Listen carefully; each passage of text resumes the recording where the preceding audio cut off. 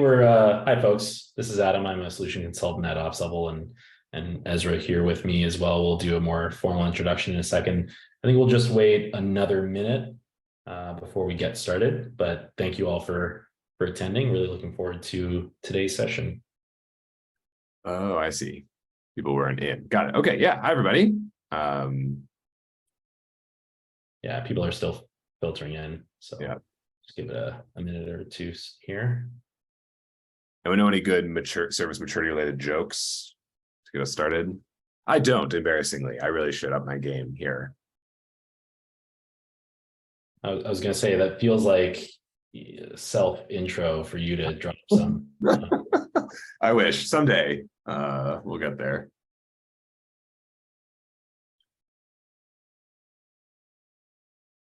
All right. Yeah, still seeing a few folks come in. I guess maybe we can start at 12:32. Okay, that sounds reasonable. Reasonable. All right.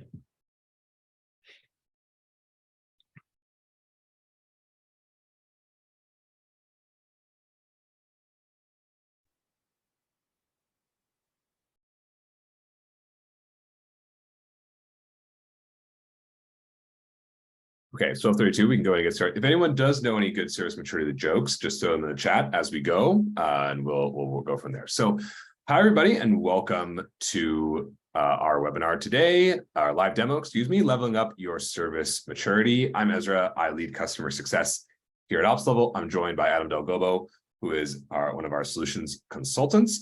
And we're going to talk through service maturity today. So just a quick point of order before we jump in. If you do have any questions as we go, you can put them directly in the Q&A in Zoom. If they're a quick one-off, I'll go ahead and address them, or Adam will address them. If not, we will also have plenty of time at the end for Q&A, and we can discuss them more broadly. The chat is open to anyone also. If you do have, again, jokes, things to say, someone's too quiet, too loud, whatever it might be, feel free to throw that in there. And we'll get started from there. So anyway, what we're going to do today is a couple things. So I'm going to get us started with what is service maturity. This is a term that people bandy around, lots of different things that this means. We're talking about what we think it means here at OpsLevel, how we think about it, how we use it, and how we think about building maturity programs. We'll talk about that in a second. And then I'm going to throw to Adam, who's going to give you an actual live demo of this functionality inside of OpsLevel, setting up a rubric, checks, campaigns, and reporting. And I'll let Adam get it deeper into that as we go. One thing I should note, if you want to follow along, if you're an existing OpsLevel customer, then you can log on to OpsLevel, right? And you can do that already if you're a pilot or free trial. If you're not, we also offer a free trial. So I just put a link in the chat that everyone should be able to see. So if you follow that link, our operators are standing by to make sure this all goes smoothly, and we should be able to get you folks up and running if you want to see some of what we have to offer in the product itself. So unless I missed anything, Adam, I think we're good to get started. Yeah, and like Ezra mentioned, just try to pop your questions into the Q&A, and we'll, as best as we can, answer those. Oh, we got a Q&A. This is a joke. This is a joke. Why did the microservices go to therapy? Because it had some unresolved dependencies and needed to improve its service maturity. Love it. The standards are low, and you blew them out of the water. So great job. Thank you. I'll post that one directly in the chat. So thank you for adding that one. Really appreciate it. Okay.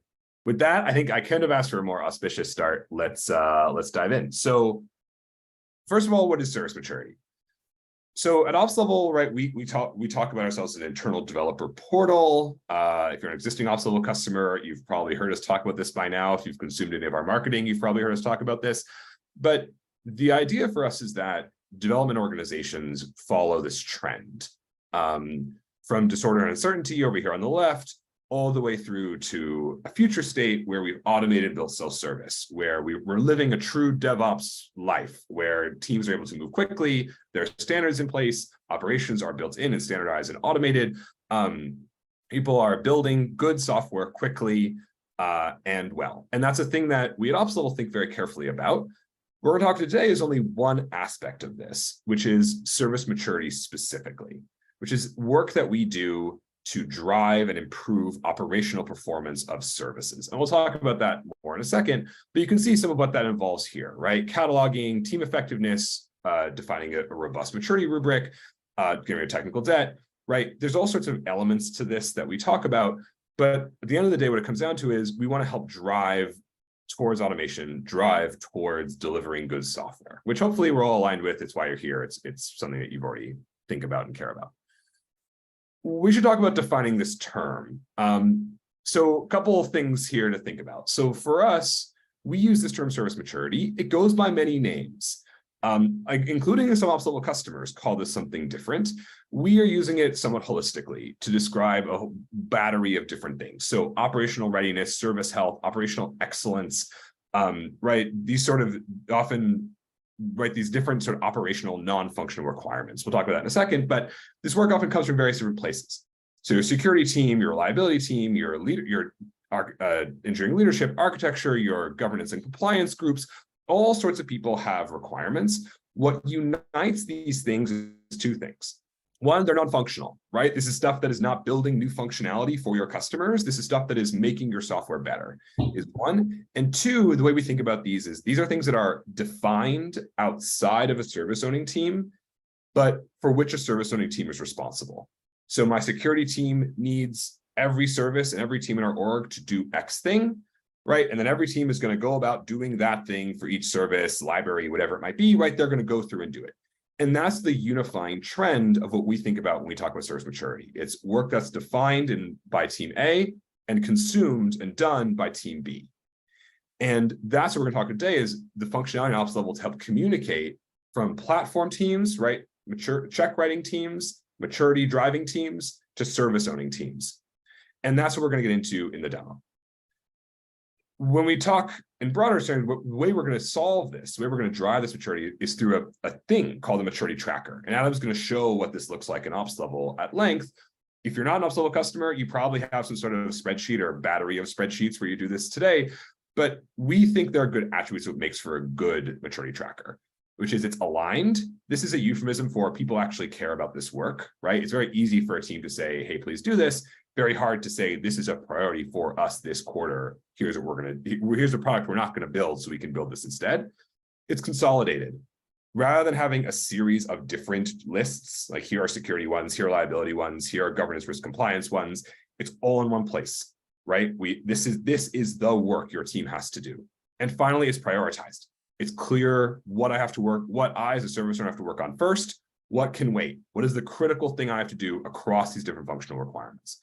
So all that said, I'm going to give, because I can't help myself in customer success land, 3 tips for how to get started, common mistakes people make, whether or not they're working on OpsLevel or not. And then I'm going to throw to Adam to actually get into the demo. So 3 quick tips. One is simpler is better, right? Always start slow. A mistake we often see is customers will throw a ton of stuff into their rubrics, into their maturity trackers right away, and then teams are overwhelmed. 2, maturity and cataloging go hand in hand. Customers will often think these are 2 different things. Your catalog is going to drive your maturity tracker, and your maturity tracker is going to help drive your catalog. And these 2 things are inseparable.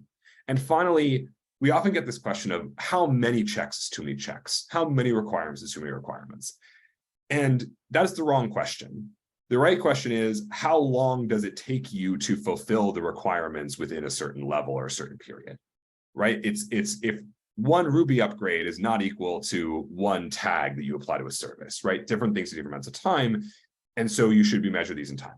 Okay, I'm going to stop my section here. That said, if you are an existing OpsLevel customer or pilot, or even prospective OpsLevel customer, and you want to dig deeper into any of the topics I just covered, reach out to your salesperson, reach out to your CSM. We're here and we're happy to help. This is part of what our product does is we have a team who's ready to help you move forward along these things. So don't be shy. Do feel free to reach out to us outside of this webinar. We'll get into it. But without further ado, I'm going to hand it over to Adam to actually get into the demo itself. So I'm going to stop sharing and Adam, take it away. Perfect. All right. Ezra, do you mind just confirming that you see my screen? I can see your screen. Awesome. So hi again, folks. Like Ezra mentioned before, I'm Adam. I'm a solution consultant here at OpsLevel. And for the demonstration portion of today, which is going to take up the most and the remainder of our time in the session, I'm going to be going through a breakdown of what OpsLevel is doing in terms of service maturity, aligning to those challenges and goals that Ezra spoke to, and just to kind of intro the topic here, or just give you a brief heads up in terms of where I'm going to be going and kind of the shoes I'm going to be stepping into. Keep in mind the different personas here. The first being those people that are trying to understand relative to the service that they own, what is it that as an organization or a team or whatever, whoever is driving these kind of broader initiatives or best practices, what do I need to do to get my service where we expect or where we want things to be, again, from a non-functional perspective. The other perspective is from those people that are actually trying to drive these broader initiatives. How can we actually distribute an understanding, a prioritized understanding of what needs to be done? How do we track that at scale? How do we make sure that this information is as automated as possible to alleviate some of the burdens that we would otherwise place on the people having to do this work? Now, what we're going to go through here is, in addition to giving you an understanding of what those views look like, we're going to talk about a little bit more in depth about how to set up your rubric in OpsLevel, how to use what we call checks or service maturity checks in OpsLevel, some different use cases around what's available and out of the box. And then this concept of campaigns. Essentially think of these as ways to leverage these concepts around service maturity in a more project-based orientation, so more time-bound or time-limited, how we push people to a specific goal within that time frame. And then finally, touching upon reporting. So what insights can OpsLevel give us about the state of our services, about different areas of opportunity or weakness that we maybe need to address, and how we can glean some insight from OpsLevel in that regard. Okay. Again, please feel free to use the Q&A, and I will leave Ezra to kind of manage any questions that should maybe be brought up as we go through here.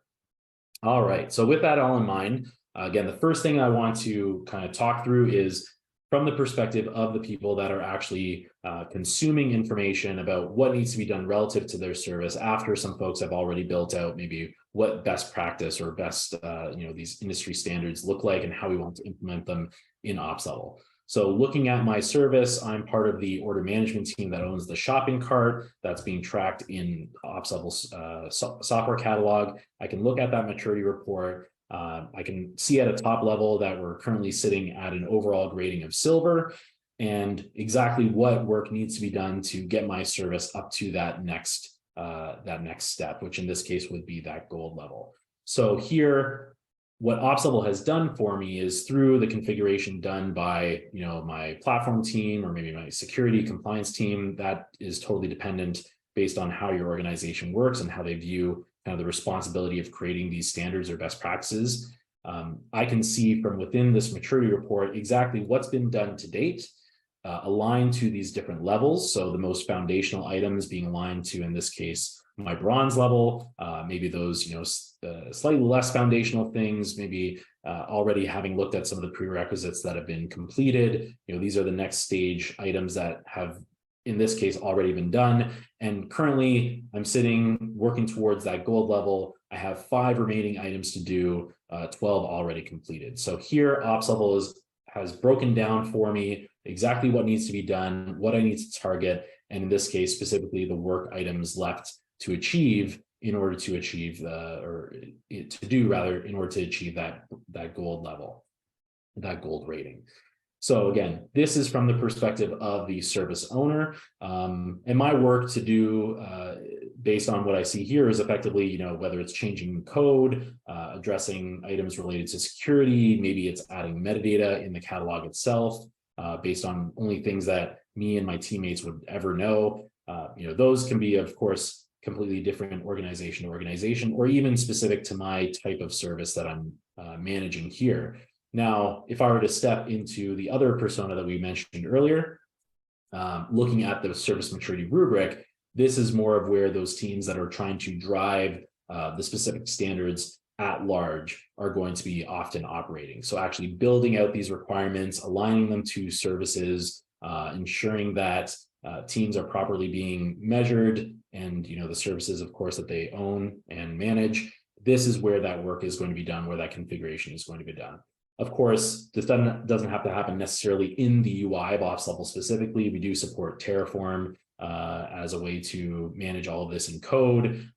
You can do this by API as well. Some different mechanisms available there, but by and large, what we would be doing is effectively taking these checks or these requirements, adding them to the matrix below, and then specifying particular requirements that we would need to see to make sure that our services are hitting those milestones that we want them to. So the first thing I'll mention here, some important aspects of how we set this up that maybe isn't obvious on first blush. I'll just back out to the rubric as a whole, is how we make sure that the requirements that I as a service owner see on my service are always going to be relevant and make sense based on the type of service that I own or the work that we're doing. It maybe doesn't make sense for me to be asked to upgrade my Ruby version if I'm not using Ruby. So how do we make sure that these requirements are aligned in the right way? The first thing to note in that regard is this concept of filtering. So we can see this service tier define check. This is actually being aligned to every service in the catalog. All 32 of my services in the catalog are being evaluated based on this requirement that service tier has to be defined. So that's a very broad check that we would want to apply to all of the items in the catalog. However, we can use these concepts of filters to actually make sure that based on other characteristics of the service, other requirements that we would want to drive, again, only would apply to those subsets of services that it makes sense to. So I can base this off any service metadata I would want, whether it's tier information, language information, framework information, the world, I guess the sky's the limit in terms of what you would want to define to make sure, again, every service is treated in exactly the way that it should. Best example I can give here is that a tier 4 service and a tier 1 service will both want to target that ultimate gold level, but the way in which we get there is going to be very different. A tier 1 service is going to have a lot more stringent requirements placed against it because of its importance to the business. And that is going to be reflected in how we build our service maturity rubric. All right. The other thing that I want to note here as well, and we kind of saw that from the service owner perspective, is that as a service owner, I would need to address all of the requirements in that bronze level to achieve bronze before I can achieve the next level. So I can, maybe work ahead and do all these silver things, but until I complete all of the baseline foundational items addressing that bronze level, I'm not going to progress. And again, this is purposeful. We want teams to make sure that they are addressing the right things in the right order. And this is, again, how we are clearly prioritizing these items. All right. So I don't think we have any outstanding questions in the chat. So I'll just move on to a little bit more of a discussion around what checks are available and maybe how we might want to implement some examples. So here, again, being able to add a check, I can do that from this top add check button. I can also go into a specific spot in the maturity matrix or rubric and add one at a specific location, and that will pre-fill some of the category and level information for me. And worthwhile mentioning, the category and levels themselves are, of course, completely customizable if what you see is not directly in alignment with kind of your expectation or what you think of how you'd want to push teams along this maturity progression track. That's totally up to you to change as you see fit. All right, we're going to go for each of these use cases that we're going to focus on. We're going to focus on one of these major categories of checks. The first is going to be service metadata checks. Specifically, we're going to look at how we can determine if our service has the repository integrated or not. So this option out of the box here allows us to do just that, using our integration with Git that you would set up to determine whether or not that service has accomplished this requirement. Now, as a whole, the service metadata category in OpsLevel service maturity checks is essentially looking at data in the OpsLevel service catalog. So do we have particular information defined, a particular link posted in association with this service? Do we have dependencies populated for this service. And, in cases where automation is maybe not possible, which as much as we we will want to do that as much as possible, there are cases when that's not. And so something like having a manual check, something that people can attest to, but within this framework of OpsLevel and its service maturity rubric, that's something that's possible here from within our OpsLevel service maturity rubric.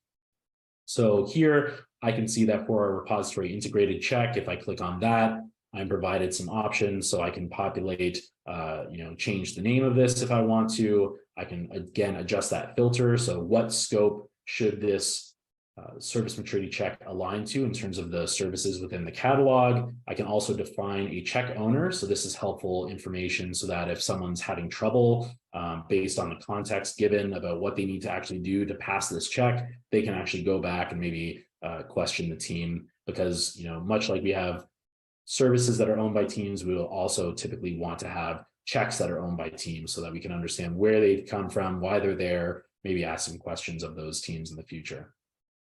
And then as necessary, I can add some additional information here. Let me actually start populating some of this so you can get a better idea of what this might look like. I can also populate some notes. So again, maybe some contextual information as to why we are asking teams to do this. So for example, here, repository being integrated allows us to check up on other things related to your code. And we'll talk about what exactly I mean by that in a few moments here with one of our next use cases that we're going to go through. But again, the purpose of this little bit of information here is just so that when people see this requirement, they wonder, well, why am I being asked to do this? They don't have to go digging for that information. It's presented to them right away. And then the status of this check. So whether I want to actually keep this as a disabled check, maybe something I'm considering enabling in the future. Maybe I want to just see where we're sitting at now relative to some of these pieces of information, almost like a secret way to kind of report on pieces of information. And then if not, I can enable this right away. This will immediately affect service levels of the services that are captured by our filter, or I can enable at a specific date and time in the future. So I went through that in a lot of detail. Some of these items we're not going to have to go through again in some of these subsequent use cases, so not to worry there. And I'll show you what this looks like as a completed check, almost like we're the cooking show that's kind of brought out the fully cooked steak for you to marvel over and how delicious does this look. I can see that for this repository integrated check, in this case, I have not filtered this to any specific subset. So all 32 services in the catalog are being evaluated on this metric. And in this case, 29 out of 32 services are passing that requirement. So fantastic. That's one of the ways that we can leverage checks in OpsLevel. All right. The next use case that we're going to dig into is around code and configurations. And so for this one, we will actually go to this second category. And effectively what we're doing here is leveraging the integration that you've completed with Git and OpsLevel so that we can introspect within the code to understand whether there's, maybe markdown files present, do they have particular content or not, making sure that in certain cases where you want to drive teams to use an OpsLevel YAML manifest to define and register service information into OpsLevel, something that we support. Maybe you want that to be something that we drive through service maturity as well. Again, a lot of possibilities here, but let's hop into our repo grep check again to just break down one of these potential examples of what you might want to look for. In this particular case, let's create an example where we want to make sure that our code does not have any to-dos left. So this is something that's going to be relatively important for us to make sure that people don't have remaining work left or that they've addressed all of those items. So here we can call this no to-dos in code. Again, I'll skip over the filter and check owner pieces because that's something that we've already discussed at length. And for this particular check, we have some additional configuration available to us. So here I can look at a particular path.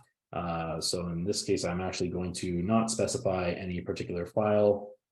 Let's keep that pretty broad using a globbing pattern. And not only do I want, just any file to exist, I want to make sure that this doesn't have that, does not contain the value to do.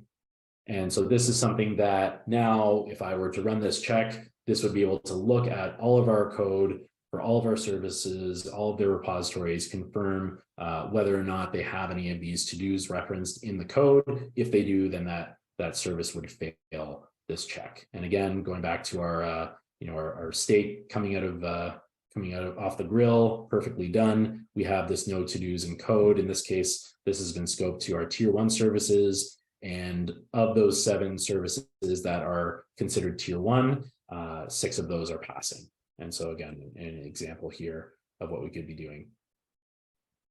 For the last option, or the last item I want to go through, I'm going to go through an example relative to a tool that some of you might already be using. There we go.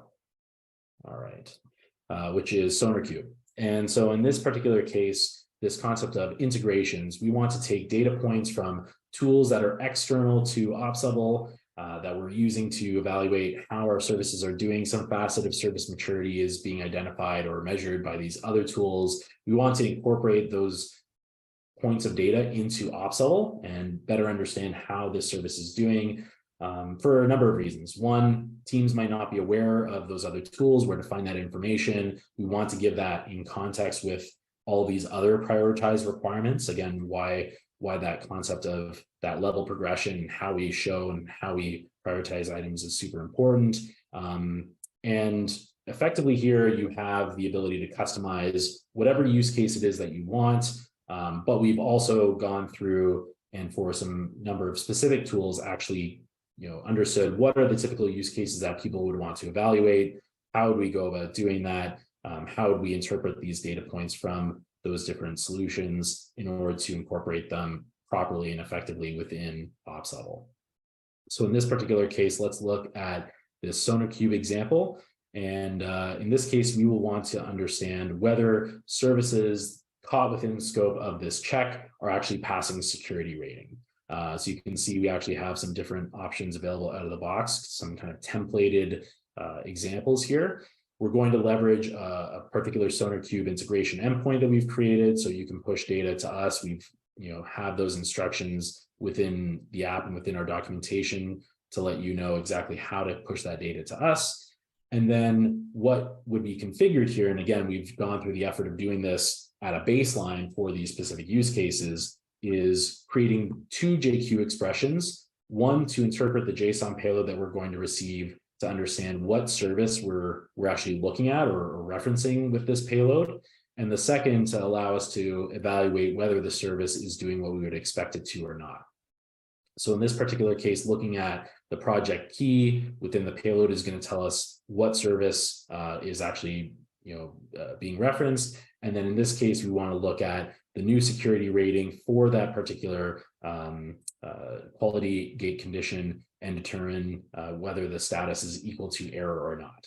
If it is equal to error, this service is not going to pass this check. So we can see down below an example payload, and we can actually test our JQ expressions to make sure things are working as we would expect.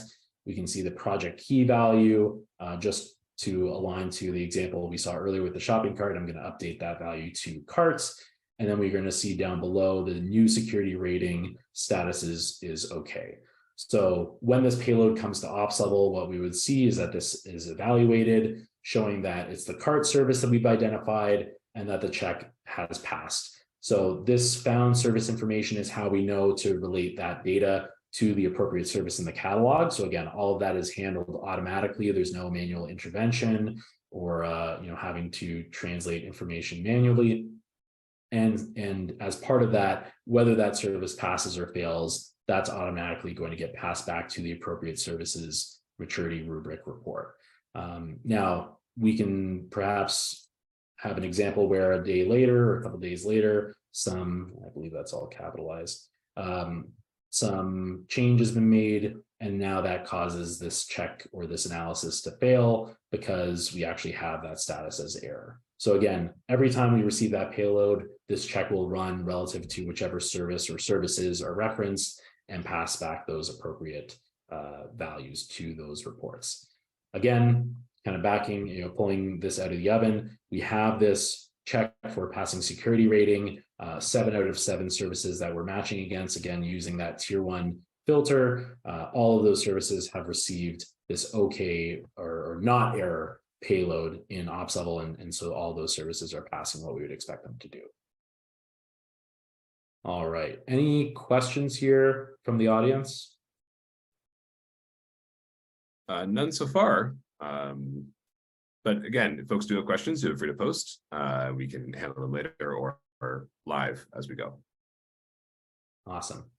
So now that we've gone through the majority of service maturity rubric as an ongoing measure of how our services are doing, let's dig into this other concept of what we call campaigns in OpsLevel. So the intended usage of this is that these are particular pushes that we're striving for internally, whether it's around a migration, upgrade, maybe some new standard that we want to implement, that we want to give teams some lead time to turn how they're doing things or adjust how they're doing things to align to the new expectation. These are a great use case for campaigns, where again, the service maturity rubric is just the ongoing measure. How are we doing at any given point in time? Two useful ways to think about these is that these can be, again, to create a net new requirement or item within service maturity, but we can actually take some of those maturity checks we were looking at a moment ago and run a campaign based on those. So effectively, if we're seeing a lot of teams struggle with a handful of requirements, we can actually say, you know what, let's take those, let's run a campaign as part of moving everyone up these levels that we've defined in OpsLevel. All right, we got a question here. What is the difference between a maturity level and a service tier? It's a great question, and to answer that, I'm just going to hop back out to the catalog. Let's keep our spot there. So we can see here levels and tiers. The tiers, something I think most people are familiar with, whether it's something that your organization has actually defined in a more official manner, but the tier of a service is effectively how important that service is to your business, your end user customers, et cetera. These are the things, a tier 1 service would be the items that if things break, everyone is dropping everything to address, whereas the level is actually the measure of our services and where they sit on that progression track of service maturity. So we can have all of our services growing through this paradigm of, in this case, beginner, bronze, silver, gold. But maybe how we get to gold is, again, like I mentioned before, very different depending on if that service is a tier 1 service versus a tier 4 service. Hope that answers that question. So just going back to our campaigns, if I hop into my moving tier 1s to a new deploy pipeline campaign that I've run or that I'm in the progress of running, I can see a few things that are familiar from that service maturity rubric view. The first is our filters. So how does this campaign apply to services within the catalog? We have a default filter that is kind of the headliner for the entire campaign, but we can also go a bit more specific, check by check as well, something we've introduced a little more recently. We also have the concept of checks. So very similar to how we were doing work within the rubric, we have these checks that are specifically scoped within the context of this campaign. So what are we measuring? How are we measuring it? These exist for the purpose of that campaign. Similar to what we were doing before, we would be able to see how these different services are doing relative to these requirements. In this particular case, we have a lot of work left to do, but that's not a problem. OpsLevel is going to help us move things along here. Now, some differences in terms of what we can do relative to a campaign versus that general service maturity rubric is this project brief. So the concept here is this is, the overall statement of what we're trying to accomplish, why we're trying to accomplish it.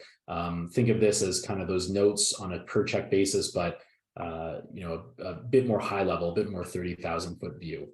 We can also send reminders to the teams that haven't done everything that we expect of their services just yet. And these notifications can be sent by Slack and email.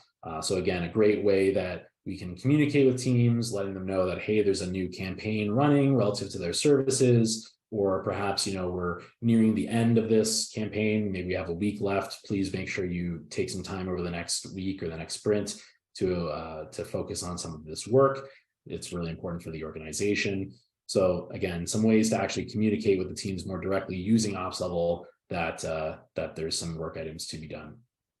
And then as part of the scheduling and working through the campaign, at the end of this campaign, if we do want to kind of move or promote these requirements in those checks that we've built to the ongoing expectation, the ongoing measure of how our services are being respected, then we can actually, as we end the campaign, promote those to the rubric directly. And so again, this is a great way to kind of engage in that life cycle of new requirements, implementing them through a campaign, giving some teams that lead time to adjust. And then at some later point, this is going to ultimately start impacting whether your service is hitting that bronze level, that silver level, that gold level. But we've given you some time, and so there shouldn't be any complaints, though. I don't know, maybe there will be at any given point in time. All right, have a question that came through. How do we track something that isn't automatable? For example, someone completed a game day. I think I mentioned this before very briefly, but this is exactly where that manual check is a great fit. So, again, there's just some items that are very difficult to otherwise track in an automated way as much as we'd like to. We want to move away at large from, teams having to do work in one spot and then coming back into, a system like OpsLevel and saying, yes, I completed this. That's kind of the purpose of a lot of the automation ways that we are able to check things using integrations are going to bring to your team. But in certain cases where it doesn't make sense to, or it's not possible to automate, that's where this manual check comes into play. Within the configuration here, we can do a very high level, one-time, attestation that yes, this has been done. But within our advanced configuration, we can actually also require updates on a regular cadence. So whether it's every quarter, every year, starting from a particular date, and also we can require comments to be added as well, so that there's some additional context provided when that person actually goes to attest to the fact that something has been done. All right. So we talked through campaigns, the purpose of the campaigns, how to leverage a campaign, kind of going from scratch and moving things through completion, as well as kind of what the output is at the end of the campaign. So let's talk about reporting for a little bit, and then circle back to any kind of remaining question and answer that we might have to end the session today. So under our reports, you can see a few different options. The first is let's actually hop into checks very briefly here. This is actually our way to, on a per check basis, understand whether a service or services are doing as we would expect them to. So if I want to dig deep, if I own this particular check, want to understand exactly which teams are doing what we've asked them to do or what we expect them to do, maybe get in touch with those teams that are really struggling. This is a great way for me to break that information down. I can view this information by team. I can also view this information by service. So whether I want to expand that and understand exactly which services are not yet aligning themselves to that requirement. Again, a great way to dig very deep into a per check understanding of what's going on. For a lot of organizations where I think the information becomes more compelling, more insightful, is the broader maturity view, which we can see from the overall maturity report. When I first access this page, everything is very high level. So I'm looking at all the services in the catalog, not specifically looking at any particular subset of services. But of course, I have the ability to filter this information down across a number of different service characteristics. So I might want to look at specifically tier 1 services. I can also leverage those same filters that we've created for the purpose of service maturity here within this saved filter view as well. So I can actually leverage those to give me a quick view of maybe a combination of different characteristics that we would otherwise be interested in. So when I hop in here, again, some high level information that's good to have an understanding about is exactly what services are maybe struggling and why are those services struggling? What categories are those services really struggling to kind of meet the basic requirements for. So I can see here 9% of our services, or 3 of them in the catalog, are currently sitting at that beginner state. This is basically meaning that those baseline foundational requirements have not yet been accomplished by these services. That is a little troubling for me to see as someone within your engineering leadership team. And I can specifically see here exactly what category those services are struggling with. But again, maybe more important or more impactful to my overall decision-making process is specifically looking at a subset of this information. So maybe looking at only those tier 1 services, those that are most impactful to our business. While we're not sitting in beginner for any of these services, which is a good thing, it still doesn't paint a very pretty picture for me, in that a high number of these services are just barely kind of scraping by, just having done those baseline requirements, but are otherwise really struggling. So this is, again, an opportunity for me to dig deeper into which categories those services are really struggling with. What do we maybe need to do to make things easier, or give teams additional time to address these items? Or maybe it's a matter of, work sharing, who owns these different services and how we can maybe better manage our resources and allocate our resources. In this particular case, we have a couple of teams that are owning a large majority of these tier 1 services. And so that, to me, starts to make sense as to why maybe those teams are struggling to push the needle on this service maturity progression for their services. Maybe we need to rethink who owns these, or provide some additional resources to these teams, some additional time to make sure that these tier 1 services that are most important for our business are ultimately going to be managed in the way that we would want or expect. So, that's just a high level view of some of the insights that OpsLevel can provide relative to reporting and around this concept of service maturity. But I think it's a good way to end kind of the demonstration part of today's session, and maybe just work back over to some wrap up. Cool. I'm going to steal the screen from you. No offense meant. So to wrap up today, right, we think often where prospects companies start with this is there's a spreadsheet somewhere. There's a big list somewhere. There's something that exists. We're a vendor, right? Obviously, we think we can do better. Check out OpsLevel, right? That's sort of the theme here. If you have an OpsLevel account already, and again, you want to dig deeper into any of the topics I or Adam covered today, reach out, talk to us. We're happy to help. And if you don't yet have an OpsLevel account and you want to play around with any of these functionality, explore, check for yourself, see what this might mean for you, you can sign up for a trial at OpsLevel.com. I also put a link directly in the chat.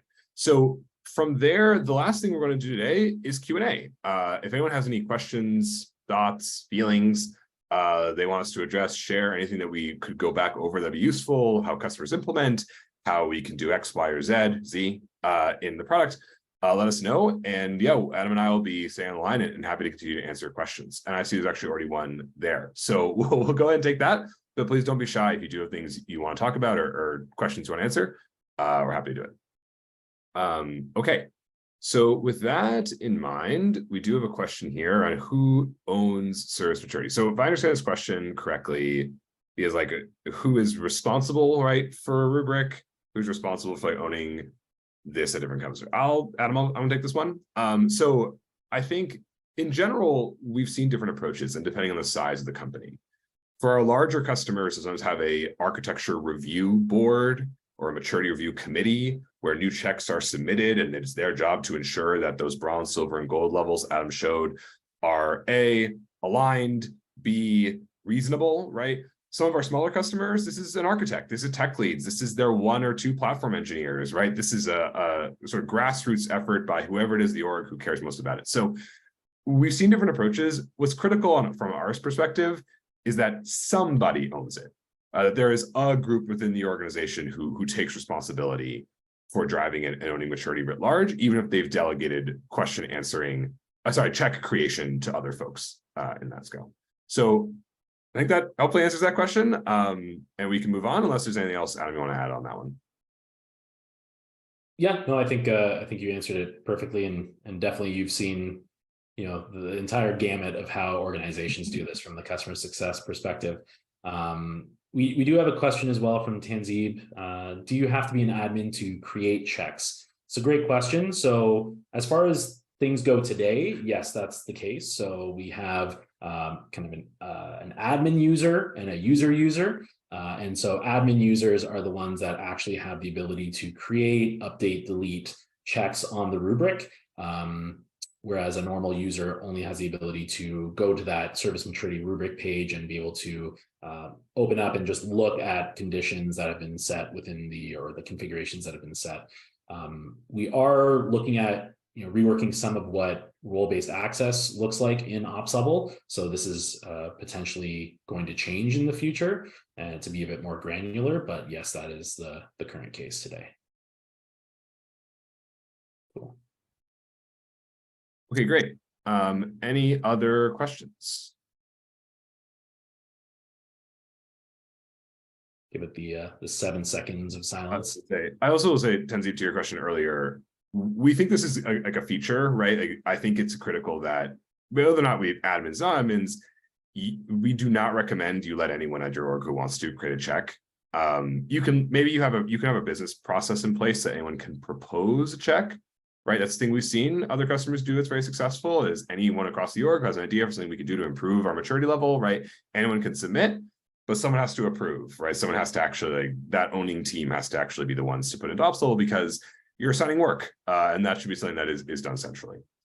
Okay, yeah, we can do a quick countdown, see if there are any other questions, anything else that people want to chat about. Oh, great. See, ask and you shall receive. Okay, so we already have a vulnerability scanning tool. Why do I want to integrate the data here? So this question, and I'll throw this one to you in a second. The question, as I understand it, basically is, right, we have, and anonymous attendee, do tell me if I don't get this right, but we have a vulnerability scanning tool. It gives us a bunch of vulnerabilities. That's a list of work for teams to do. Like, why would we have this additional like data in OpsLevel? Like, what would be the purpose of dual listing that data in OpsLevel as well? So I've teed it up. Adam, if you want to take this one, and go from there. Yeah, perfect. So I kind of alluded to this a little bit earlier during the demonstration, but I think there's 2 major reasons why it's valuable to integrate this data into OpsLevel and your service maturity schema or approach. The first is not everyone has access to that information or easy access to that information or knows how to get that information. That is, I think, a pretty large challenge for a lot of businesses, especially as teams grow in size and maybe not wanting to put all that additional, just cognitive load on people that, oh yeah, to go find that information, you need to log into this tool and get that over here. So consolidating that has value in and of itself into a more centralized location. The other aspect in which, specifically addresses or incorporates the concepts that we spoke to about how OpsLevel does this today is that concept of prioritization. So how important is it that my service has, even a critical vulnerability? That maybe is not clear to me as your just general service owner. And so having a team be able to put that into context relative to other requirements for my service is, I think, again, very powerful. So this holistic view of what makes a healthy, mature service and incorporating these different data points from other tools starts to become quite powerful. Okay, right. Thank you for the question. I have another one. I don't know if you want to read it. Yeah, I can take this one. So is there any integration with CI/CD tools? The logic behind that is to flag for teams while they are committing code that their service is not ready, example, as a warning or a quality gate. So we definitely discussed internally some way to highlight this information kind of as you are developing code for your service that like, hey, if I'm about to kind of merge this in, maybe this is going to flip a pre-existing passing check to a failing check. Not something that we're doing today out of the box, though we have seen that as like a point of discussion. Maybe it's something we do in the future. Another interesting, I would say, related piece to this, though not in maybe the exact same way, is around the concept of, OpsLevel potentially gives us this, if we build out our service maturity rubric well, a view into, what some teams might call production readiness. And so how can we maybe leverage that information to determine whether particular teams, particular services should be allowed to push code into production, for example. And so we have some teams today that have the level of confidence necessary in the way that they built out their service maturity program in OpsLevel. And so as part of that process, external to OpsLevel, when code is attempting to be pushed into prod, they will query OpsLevel, see whether that service is sitting in, say, like a gold level. If it is, great, we can allow that team to push to production. But in other cases, we need to go through some approval process. So again, just giving you an idea here as to how we've seen teams integrate tooling with OpsLevel and with this broader notion of service maturity. So hopefully I answered your question there. The pre-crime, I call it OpsLevel pre-crime, an interesting idea that we're considering how we might be able to incorporate that in the future. Yeah, I should flag this so quickly. We do have customers who, as Adam's saying, gate deploys based on level of their services. It is not a thing we just casually recommend customers do right out of the gate, right? That's a pretty significant level of buy-in required across your org, but it's a thing we can do. And our API actually also lets that happen, right? You can query the level of the service and then bake that into your CD as you're like going through these gates. So hope that answers your question. Thank you. I'm gonna hit that as done. Okay.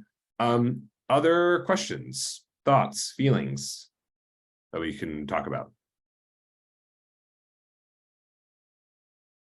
Okay, in that case, again, is there a 7-second countdown we should do? I think we're good.